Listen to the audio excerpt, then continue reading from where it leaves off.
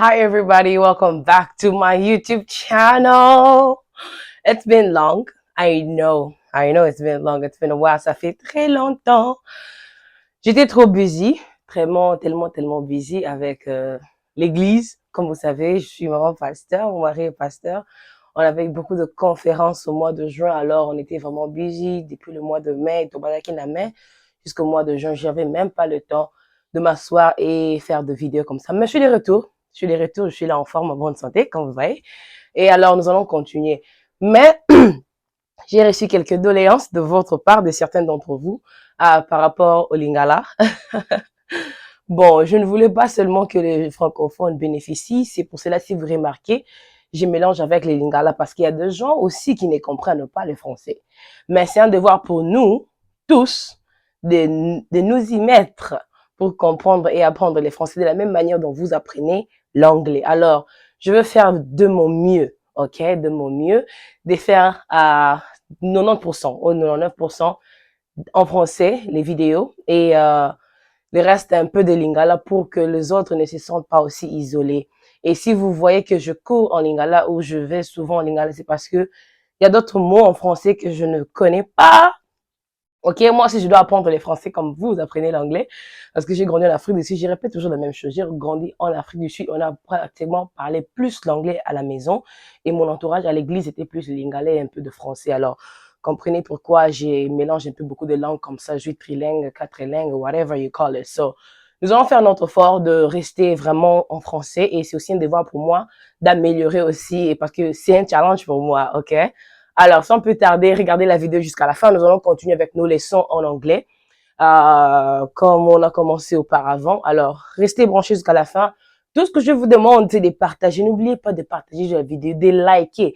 Plus vous likez les vidéos, plus YouTube augmente, suggère ça à plusieurs personnes. Alors, s'il vous plaît, je ne vous charge pas de l'argent pour ça. Tout ce que je demande, c'est votre support, soutien, de like le button et de partager avec vos amis, vos membres de famille qui veulent aussi apprendre l'anglais. Donc, si tu es congolais, sénégalais, camerounais, vous allez vous retrouver dans cette chaîne parce que je veux aussi parler un peu de français. Alors, sans plus tarder, allons-y. Que Dieu vous bénisse. Alors, aujourd'hui, nous allons parler de sentence structure, okay? We are going to talk about sentence structure. Sentence structure veut dire la structure d'une phrase. Pour mieux parler l'anglais, pour que les choses que tu dises aient un sens, ok? Tu dois savoir comment structurer ta phrase. Qu'est-ce qui vient avant? Qu'est-ce que je dois avoir dans la phrase? Parce qu'une phrase doit toujours communiquer une information. Et quand toi, tu parles anglais, tu réponds des questions sans savoir qu'est-ce que je dis, c'est un peu difficile que la personne en face de toi comprenne ce que tu dis. Ok? Donc, ils n'ont pas si bon pour comprendre, yo. Soki makambozo lo bazan na sens. Donc, faut savoir toujours la structure d'une phrase. Ok? Alors, aujourd'hui, nous allons parler de la structure d'une phrase. Suivez la vidéo jusqu'à la fin. Ne vous arrêtez pas au milieu. Parce que si vous voulez vraiment maîtriser l'anglais, vous devez apprendre à suivre des vidéos, à passer du temps devant des vidéos éducatives. Si tu peux passer 1 heure du temps à regarder les théâtres, tu peux sûrement passer 15 à 20 minutes pour suivre la vidéo qui peut t'apporter un plus dans cette vie sur Terre. Alors, je vais vous citer quelques règles de structure d'une phrase, ok? I will mention some rules about sentence structure to help you build better sentences, ok? Parmi ces règles, après avoir appris ces règles à la fin de ces cours, vous serez capable de construire une phrase et de savoir qu'est-ce que je dois avoir dans une phrase. Alors, parmi les règles, nous avons quelques règles que je vais mentionner aujourd'hui. Règles en anglais, c'est rules, ok? Règles, rules, ok? So, rules, c'est au pluriel. Rule, c'est one, ok? Rule number 1. A sentence must have a subject and a verb. Une phrase doit toujours, ok, must always have a subject and a verb. Une phrase doit toujours avoir un sujet et un verbe. C'est quoi un sujet?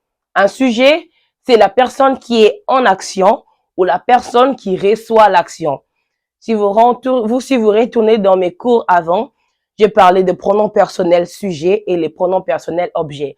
Le pronom personnel sujet, c'est la personne qui fait l'action. Comme maintenant, c'est moi qui est en action, je parle. I'm talking, c'est moi qui parle. Et you are watching, c'est vous le sujet, l'objet. OK?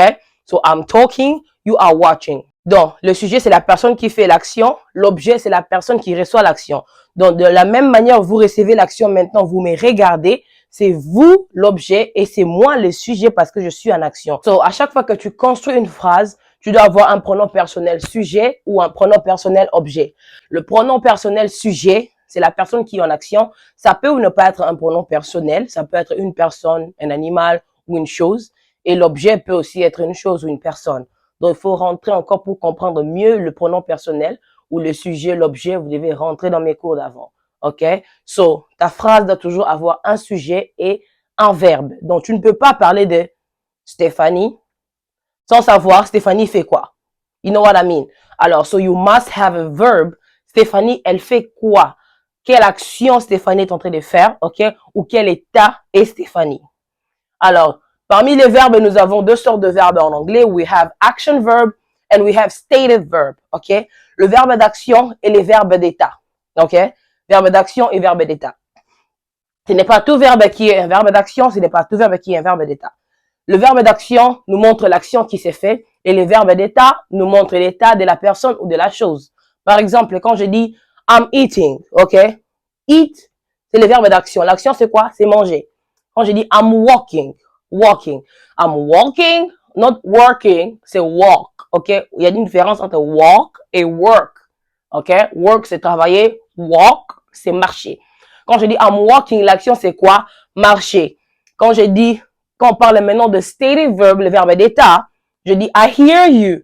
I hear you. I can hear you. OK? Ce n'est pas une action, c'est un état. Quand on parle I feel you. I feel sick. It's a stative verb. OK? I'm stating that I feel and I'm stating that I hear you. OK? Donc, je t'entends et je sens. OK? C'est la différence entre le verbe d'action et les verbes d'état. Stephanie is walking. OK? Quand je dis Stephanie is walking, pose-toi la question. Who is walking? OK? Pour savoir la personne qui est en action, il faut toujours commencer par le pronom interrogatif who. Who is walking? Stephanie is walking. Alors, je veux savoir automatiquement le sujet, c'est Stéphanie parce que c'est elle qui marche. OK? Et si je veux savoir qu'est-ce que Stéphanie fait, je vais te demander what is Stephanie doing? Qu'est-ce que Stéphanie fait? Stephanie is walking. Vous avez deux verbes dans une phrase. L'un devient un verbe auxiliaire, comme on dit helping verb ou auxiliary verb. Et un autre, le deuxième devient le verbe principal. OK? L'action principale ici, c'est walking. Ce n'est pas is. Alright? Et le deuxième exemple avec le verbe d'état, stative verb, Jesus loves you. Quand je dis Jesus loves you, pour savoir qui m'aime, je vais dire who loves me? Jesus, parce que c'est lui le sujet, c'est lui qui m'aime. OK? Et c'est quoi l'état? Le verbe d'état, c'est love. OK? Love, ce n'est pas un verbe d'action, c'est un verbe d'état. It's a stative verb.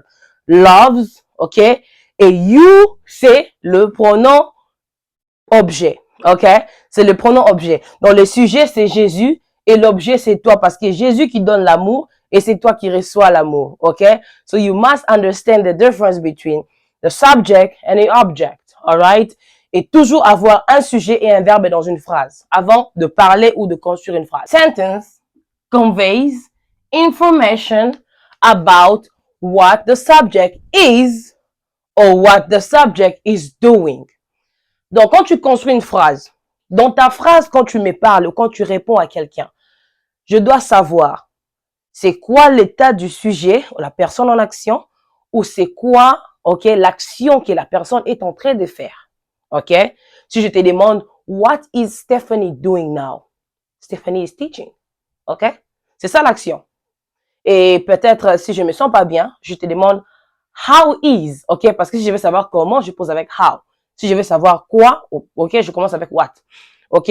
How is Stephanie? Stephanie is feeling good or feeling sick. Ça, c'est un verbe d'état. It's a stative verb. Ce n'est pas un verbe d'action. Alors, le deuxième règle, c'est que la phrase doit nous donner une information sur ce que le sujet est ou ce que le sujet est en train de faire. Alright? For example, Stephanie is coming. OK? C'est quoi l'information que j'essaie de donner ici? Que Stephanie arrive. She is coming. Alright? Quand je dis Stephanie is cooking, c'est quelle information que je donne à la personne? Stephanie prépare. OK? C'est ça l'information. Et si je dis par exemple, I believe in you, ok? I believe in you. C'est un verbe d'état. It's a stative verb. Believe, c'est un verbe d'état, ok? Parce que ce n'est pas une action ou une action, c'est un verbe d'état. It's a stative verb. I'm stating that I believe in you, ok? Mais quand je dis Stephanie is coming, l'action c'est comme. Donc l'information que j'essaie de te donner, c'est quoi? Que Stéphanie arrive. Et l'information que j'essaie de te donner ici, c'est que je crois en toi, ok? Donc le sujet c'est moi qui crois, ok? L'objet c'est toi en toi, alright? Tu pars à l'hôpital, tu es devant un docteur, tu dois maintenant parler avec le docteur. Tu dois donner maintenant l'état de la personne. Tu ne vas pas donner un verbe d'action, ok? En ce moment-là, tu expliques comment la personne se sent, ok? Si tu es dans un appointment du boulot, ok? On t'appelle, tu dis que j'arrive, I'm coming. L'action, c'est quoi? J'arrive, ok? Donc, faut savoir la situation par laquelle tu te trouves. Tu dois utiliser un verbe d'état ou un verbe d'action. Très important. Rule number 3, ok? The verb must agree with the subject, ok? Le verbe doit toujours être en accord avec le sujet. Par exemple, je ne peux pas dire à l'instant même, je suis en train de teach, right? L'action, c'est quoi? Teach. Je ne peux pas dire que Stephanie is singing. Il n'y a pas d'accord, il n'y a pas de relation entre moi maintenant et chanter. Je ne chante pas, ok? J'enseigne. Alors, il faut savoir c'est quoi l'action, ok? C'est quoi le verbe que je dois utiliser maintenant qui sera en accord avec le sujet. Donc, si je suis fatigué, je ne veux pas dire que je suis fort. Non. Je dois dire que I am tired. OK? Je suis fatigué, I am tired. OK? Si je faim, je ne veux pas dire que I'm full. I'm not full, I'm hungry. Donc, le sujet doit toujours se marier avec le verbe. Donc, faut pas balana. Tu ne peux pas dire le contraire de ce que le sujet fait. Il faut toujours savoir examiner qu'est-ce qui se passe maintenant. Est-ce qu'on a une action ici, ok, ou on a un état que je dois expliquer. Très important. Et la quatrième chose, the sentence must show the tense, ok. La phrase doit montrer le temps, ok. Par quel temps tu es en train de nous parler maintenant. Maintenant, en ce instant, I am talking, ok. Je ne veux pas dire I talked. Non, right now I'm talking. Donc, quand tu parles du présent, tu nous montres que dans ta phrase, il y a un verbe qui est conjugué au présent. Quand tu parles du passé, dans ta phrase que tu vas formuler, il faut savoir la conjugaison. Je veux poster dans les jours à venir sur les verbes parce que c'est un chapitre très long. Donc, quand tu parles du passé, montre-nous les verbes dans ta phrase que tu te réfères au passé. Quand tu parles du futur, montre-nous dans ta phrase que tu réfères à quelque chose dans le futur. Donc, tu ne peux pas nous parler juste comme ça, dans n'importe quel temps. Nous avons besoin de voir à quel temps cette fille ou cette femme ou cet homme s'exprime. Est-ce qu'elle parle au présent, elle parle dans le passé ou au futur? C'est très important quand tu construis une phrase. Sinon, les gens autour de toi ou la personne en face de toi ne va jamais te comprendre parce que elle ne sait pas ou il ne sait pas. Stéphanie s'exprime à quel temps?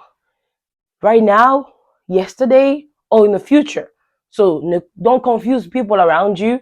Always know, faut toujours savoir à quel temps je vais m'exprimer maintenant. Je vais m'exprimer, donner ma réponse au présent, au passé, ou au futur. Cinquième rule, okay, fifth rule. A sentence can be joined by a conjunction, okay? Une phrase peut être jointe par une conjonction. Par exemple, Stephanie is coming, but she's tired. Stéphanie est en train de venir, mais elle est fatiguée. La chose qui réunit Stephanie is coming et elle est fatiguée, c'est but. C'est une conjonction. OK? Mais. OK? Donc, tu peux parler, tu peux avoir une phrase dans ta phrase. Il faut toujours avoir une conjonction qui joint deux phrases ensemble. Ça peut être une phrase indépendante ou indépendante. On ira en profondeur dans la leçon prochaine. OK? So, you must know that your sentence can be joined with a conjunction. OK? La conjonction a comme pour but de joindre deux phrases. Si ta phrase est tellement longue, Stephanie is coming tired. No. You must know that Stephanie is coming. Il y a quelque chose qui manque pour joindre les deux phrases. But she's tired. OK? On a but, on a and. I'm hungry. But I'm tired. OK? J'ai faim, mais je suis fatigué. Je ne peux pas dire I'm hungry, I'm tired. Il y a quelque chose qui manque au milieu. C'est la conjonction, OK? I'm hungry, but I'm tired, OK? I'm hungry and I'm tired, ok? Donc, les and là, la chose qui est au milieu, c'est la conjonction qui joint deux phrases ensemble. And the last rule, okay? The last rule, a sentence must have a subject, a verb, and a complement. Une phrase doit toujours avoir un sujet, un verbe et un complément. Par exemple, si je disais, Stephanie is. Ok, j'ai Stéphanie. J'ai le verbe. Il y a quelque chose qui manque. C'est les compléments. Ok? Donc, toi-même, quand tu parles, tu dois déjà savoir qu'il y a quelque chose qui manque ici. Donc, quand vous parlez l'anglais ou vous parlez aux gens, il faut avoir la capacité de s'écouter soi-même. Ok? Ne parlez pas seulement comme ça. Blablabla. Listen to yourself. What's missing? Qu'est-ce qui manque ici? Ok? Donc, Stephanie is. Ta phrase est incomplète. Stephanie is what? She's sleeping, she's eating, she's fighting. Il faut savoir qu'est-ce que tu peux ajouter après pour compléter la phrase, ok? Ton complément peut être un adjectif, ça peut être un autre verbe, ça peut être un adverbe.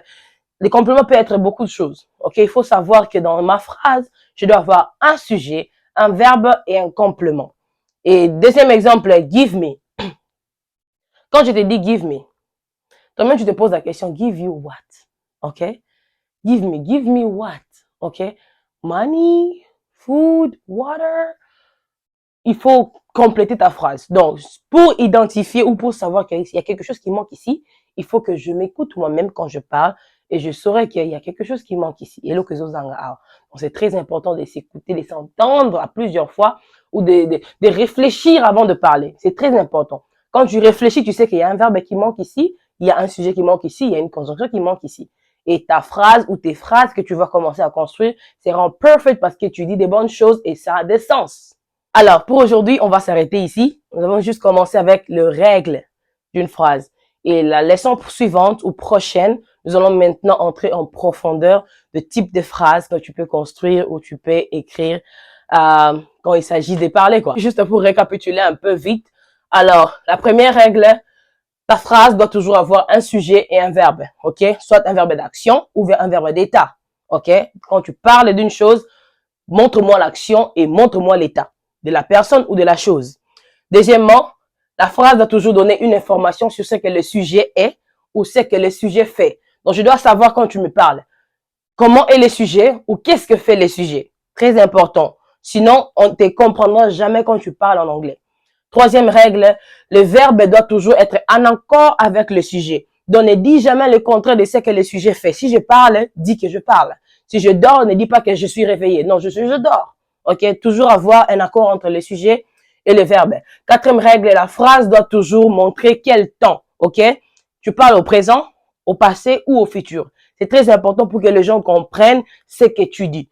Tu ne peux pas t'exprimer au passé à chaque fois. Tu ne peux pas t'exprimer au futur à chaque fois ou au présent. Il faut toujours savoir à quel temps on m'a posé la question et à quel temps je dois répondre. OK? Et cinquièmement, la phrase peut être jointe par une conjonction. OK? Si la phrase est très longue, on doit avoir soit une conjonction ou soit une virgule. Et la dernière, la phrase doit toujours avoir un sujet, un verbe et un complément. Sinon, ta phrase sera incomplète quand tu as seulement un sujet et un verbe. On a besoin de la suite pour comprendre ce que tu dis. Alors, merci beaucoup. Nous sommes de retour. Restez branchés. Regardez la vidéo jusqu'à la fin. Partagez, likez. Quand tu finis de regarder la vidéo, avant même de terminer, tu likes déjà et tu partages avec tes amis. C'est gratuit et tout ce que je veux, vous aimez et vous partagez. Que le Seigneur vous bénisse. Si vous avez des questions, vous savez comment me trouver. Écrivez sur les box et je vais répondre. Bonne soirée.